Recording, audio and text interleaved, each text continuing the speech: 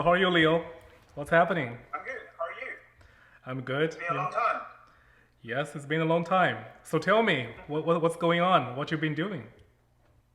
Well, you probably already know because I'm planning my concert tour by end of the year, and Yes. also,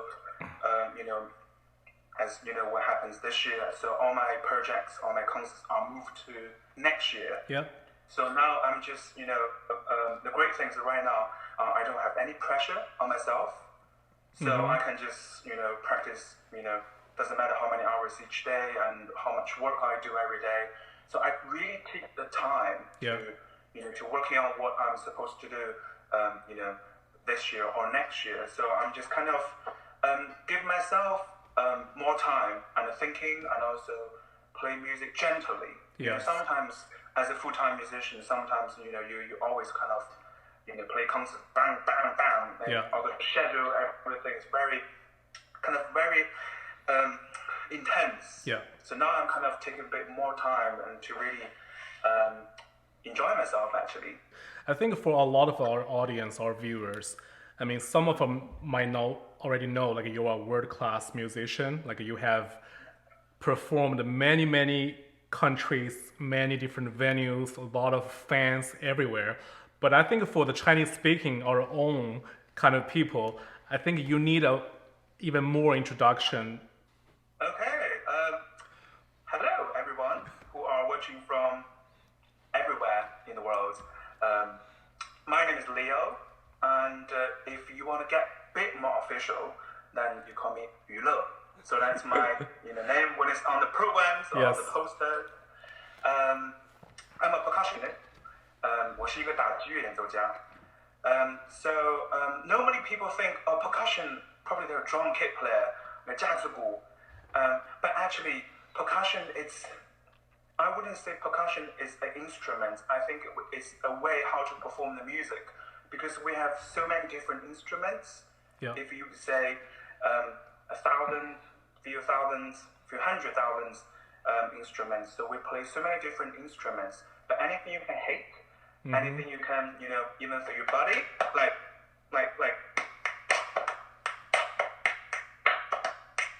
That's also percussion, isn't it? The big instruments behind me name is marimba. If you use iPhone and then your ringtone probably you will always hear will be marimba, Right. which is the instruments behind me. But there's so many instruments like drum kits, timpani, everything like you can hit on the table, your body, and it's all kind of percussion. Also piano. It's also percussion instrument because Oh, I you hit didn't the know. keyboard. I didn't know. I have no idea piano was percussion. So basically, you play the keyboard, and in the back of the instruments there's a little hammer, Okay. and hit the string to make Got the it. sound. So piano also percussion instruments. I travel a lot Yeah. Around the world, different countries, and to see different audiences and to share my music. And I'm based in the UK, in Manchester. But China is my home country, so I always really happy to be back to my own country, my motherland, Yeah. to share the music with the audience over there. The only difference in between here or in between the West to China is when I go to a big concert hall, there's a few thousand audiences in the concert hall, Yeah. and you looking up, you will see, oh, normally my majority of the fans here are like 60 or 70. They all got a grey hair. But when I go back to China, when I play concerts there, and most of them, they're young people. So that's the big difference in between here and to China. I know you are already a professor at your school, right? You are deputy of director for your department, right? Am I right? Yeah. So being an Asian, obviously in the UK, and became such a professional, high-ranking kind of job title, like, how did you get there? Like, what was the process? I think you have to work really hard. Yeah. That's no doubt. You have to work really, really hard, but also with a little bit luck of what you do. I always say to my students, my students like, oh, professor, oh, hi, Leo. I want to be like you. I want to have an international career. I want to perform, as much as I want to the world, and also I want to teach in a university. I want to teach in so many different places. How can I do it? And when my student asked me this question, I said, keep what you do the best. Keep what you are doing the best. And also always have a question in your head. Why you? Mm-hmm. When you have an answer of this question, now you're almost there. Because it's a very simple question. Why you? There's so many great musicians out there, but why they pick up you to be the next, superstar, to be the next, the famous percussionist? So you always have to think, what do you do and what do you play and what audience you have. So it's I would say it's a package. Yeah. You have to think how you represent yourself. Nowadays it's not like hundreds of years ago. If you play really, really, really good, your technique, your musicality, you go to a competition, you win the competition, and you will become famous next day. Yeah. But nowadays there's too many. We have too many. Now we have, especially with this pandemic, the social media, the online. The world it's become so popular and so huge. Right. So people are connected with each other. Doesn't matter if you're in Canada, if you're in the UK, or if you're in China, or anywhere else. We're so close to each other. Yeah. So you have to be clever of how you do it and to share with the people. Right. I think. Right. And right. also always let them remember who you are. It is very important because I think so many musicians or so many student musicians, they always think, oh, my teacher is amazing and blah, blah, blah, blah. I'm going to just copy everything what he does or what she does and I'll become famous next day. But no, people will always remember, oh, you're Leo number 2. I know you have multiple roles, like you are teaching students, you have your solo career, and you're also working on different projects. Like, how do you keep everything balanced? My mom always called me Superman. It's like, how you does it? I was like, well, the time management is so important. For example, sometimes I only have 10 days to prepare my concerts. I mean, the concert 1 and concert 2, there's only 10 days in between.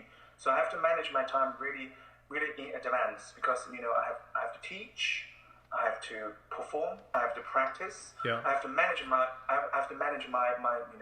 departments. There's quite a lot of teachers there, so I have to, talking to different people. So I think time management is very important. Not leave everything to the last minute. It's very important. So my question is, I know you perform at different concerts, different venues. Do you get nervous prior to the show? So you kind of adjust your kind of feelings when you're actually in the room. Yeah. So, so normally, when I get a bit nervous and I go on stage, when I see a lot of audiences, I'm the person. 我每次只要见到越多人，我会越激动，会越兴奋。Yeah. 人来疯。I'm kind of like use Chinese to describe 人来疯。Yes. Yes. So it's like a crazy person. When you see lots of people, you will be getting more excited. Got it.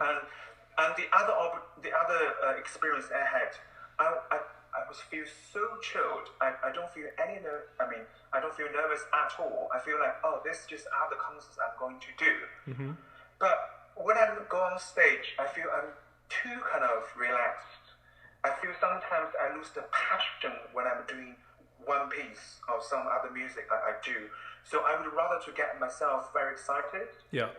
So that's what I'm doing. But normally people will get nervous anyway. So I think it's a good thing. Don't worry about if you're getting nervous or not. You will be when you go on stage. You'll be fine. Got it. Also, I know other good thing when people get too nervous. Have a banana. Okay. Yeah, banana is really helping you to calm down. So you mean eat the banana? Yeah, eat a banana like 10 minutes before the concert. Okay. Will really help, apparently. So I tried it before. I don't think it works. But No. I mean, it apparently works to some people. So what's your most memorable performance? My most memorable performance. Perhaps my next one. Good answer. You never know. I felt like there's so many new challenges. So every time I play a concert, it's a new challenge. Yeah. I feel I feel like there's something different. There's something I remember the most. But I think if you want to pick up some really want to pick up few performance, I really kind of remember in my head. The first one that was when I performed to the British royal family. Mm-hmm. And they had lunch for it up, and they were talking to you.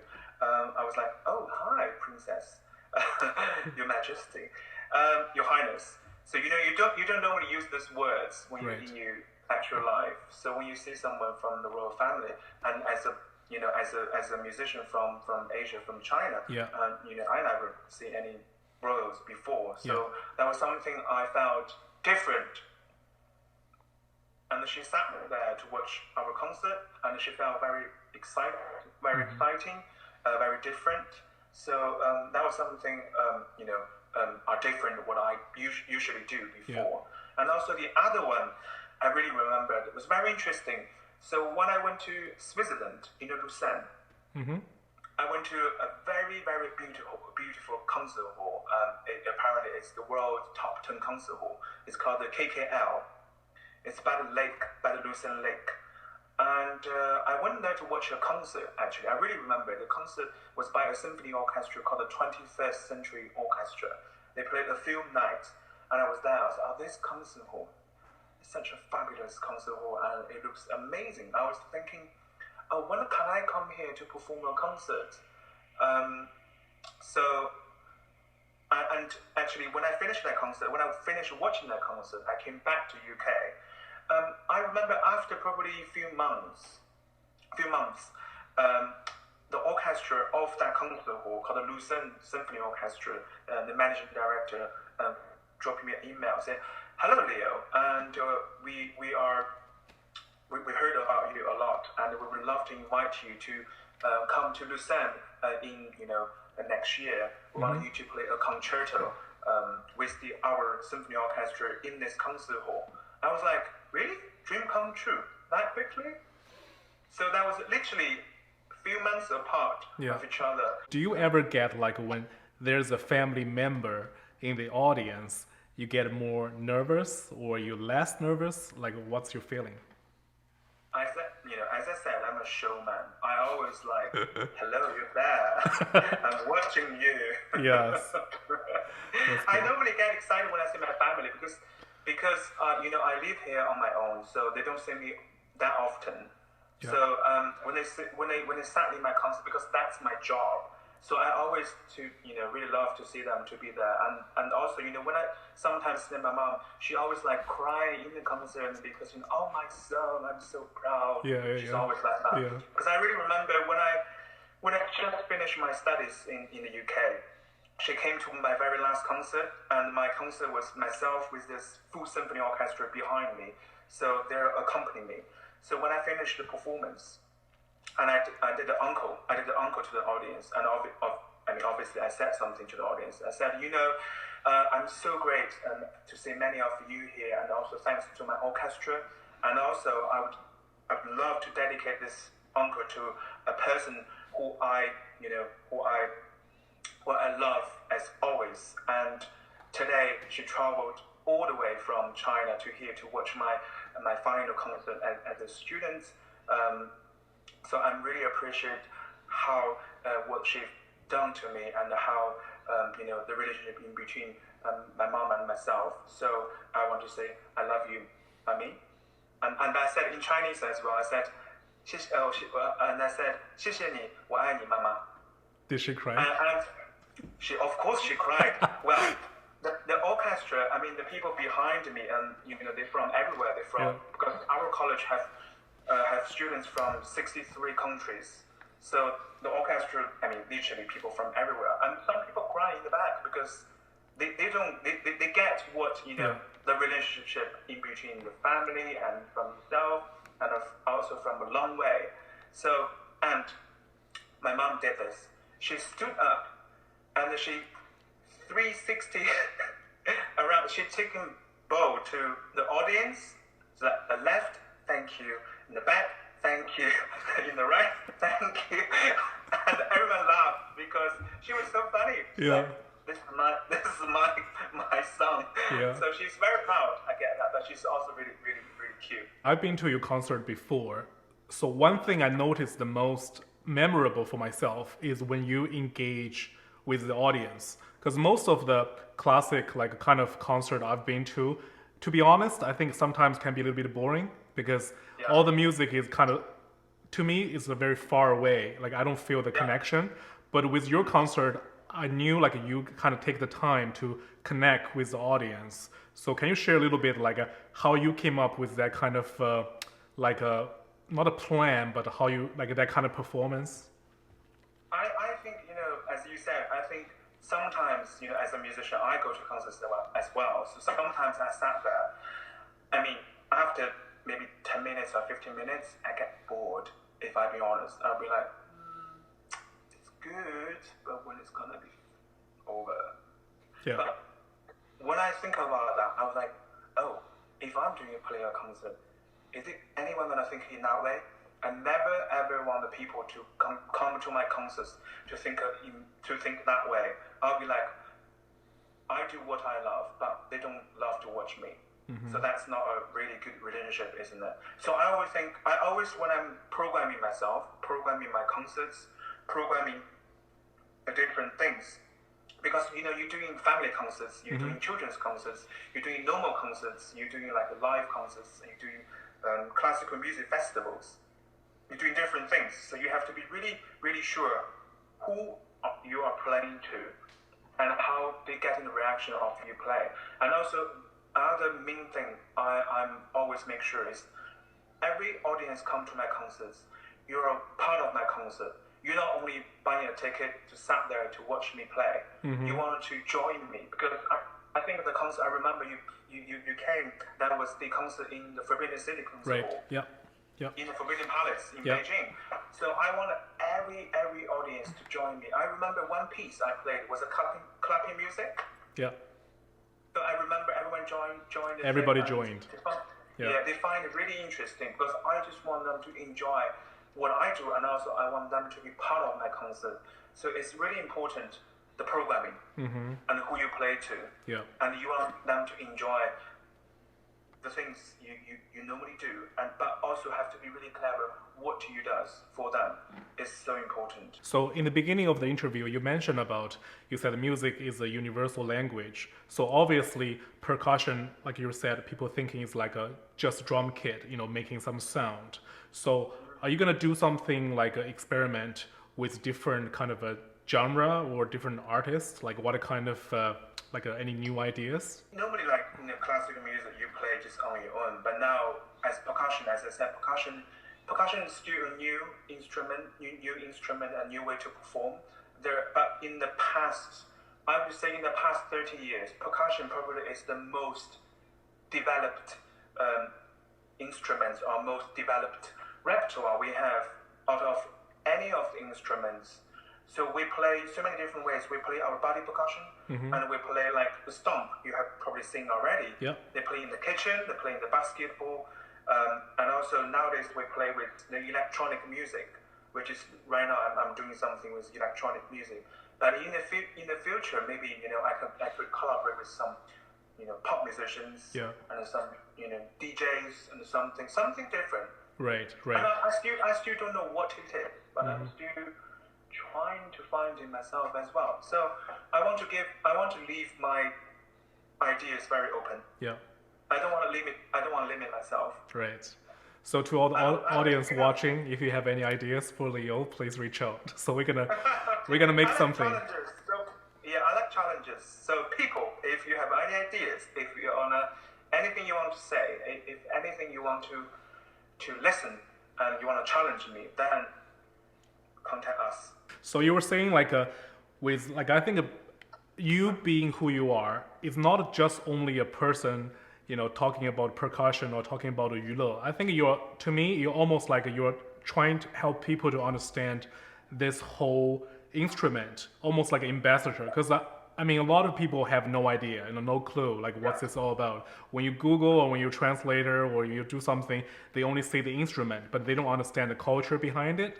So I think Yeah. every time before your concert, you always talk about, okay, percussion is about making the sound, like making the movement. I think you're doing a great job, like really not about yourself, but also talking about this whole like percussion kind of culture. Yeah. Yeah, it is. It is so important because it's like when you talk about percussion, people will think, oh, percussion is drum kit, but actually, percussion is not only drum kit. Percussion is so many different ways, so many different instruments in there.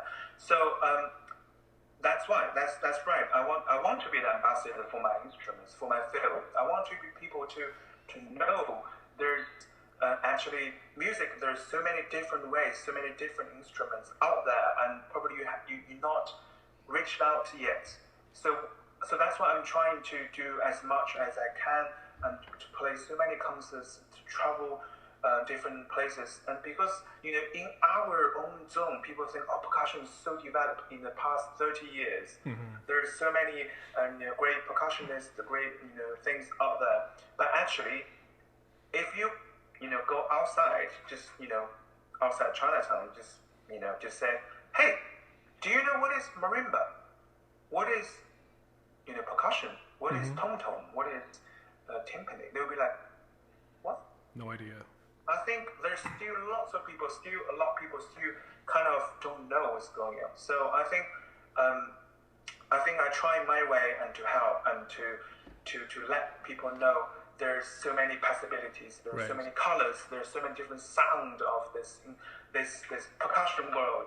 So I hope people will have a new thinking of this percussion instrument. And also I think it's great to be here with you and to let more people, I mean not people who are normally watching classical concerts or watching the classical musician, to know actually what the percussion is, and to maybe come to my concert next time. Exactly, exactly.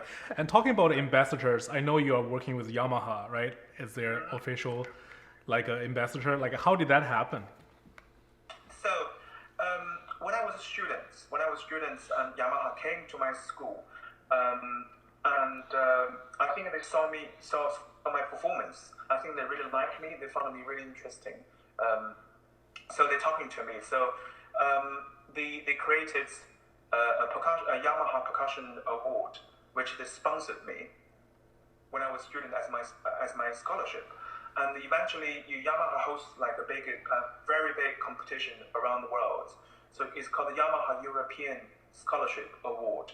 They're doing Yamaha America Scholarship Award. They're doing Yamaha Asian Scholarship Award. So which I won the competition in Europe and in the UK. After my studies, and I become full-time performer, traveling around the world to perform. So probably they thought, oh, this the ambassador. It should be a person, a face, maybe you would say it that way, for the brand. So they sent me a message. They said, oh, we would love to invite you to be our artists. Yeah. Would you like to be? I said, why not? Yeah. Have you considered to do some kind of a master class, online stuff? I already does. Because at the beginning of the pandemic until now, it's been more than half a year. I still have to teach my students online. So because I teach in the Royal Northern College of Music, and also I teach the Cheatham School of Music. I teach both school. So I have to make sure my students are doing something during this long time. So the university and the college have decided everything will be doing remotely online. So I'm still seeing my students every week through Zoom or Teams or different channel to talk to them. So they have instruments at home, and I can be at the other end to tell them and to see how they're working on how the things. So and also we host the masterclass for the artists as well, because normally when you invite international artists coming into my school to do masterclass for my students, but obviously they cannot travel. Yeah. So we're doing kind of Zoom masterclass. So everybody online, but even though people, students in the different countries, but we still try to gathering together. But the hardest thing is sometimes, one of my students, he's from Canada, And when we're doing a master class in the morning, he was like 2 or 3 in the morning. Yeah. So every time when he connect, he's just like. Yeah. So that was, I feel sorry. Yes. So pretty much in the end, we just want to say, thank you so much, Leo, for your time today. So, we hope, after this pandemic, when we can be physically together and we can literally work on something actual face to face, that'll be really, really exciting for us. Yeah, I'm very looking forward. And thanks so much for having me here. And I'm so great to be here. And I hope the audiences from, different channels to watching this, I hope you enjoy it. There are so many different artists on this channel, so I really hope you enjoy different episodes. And hopefully this one, the percussion, Leo, will give you some different ideas about my world, about what I do. And I hope you enjoy music. Doesn't matter what music it is. And I also hope I can see you actually face to face in some of my concerts in the future. Doesn't matter, in Canada, in China, or in whatever else. I mean, just gonna be so exciting to see people in the live venue, and gonna be really interesting. So and I can't wait. I'm gonna back to my practice now. So I will see you soon. See you soon.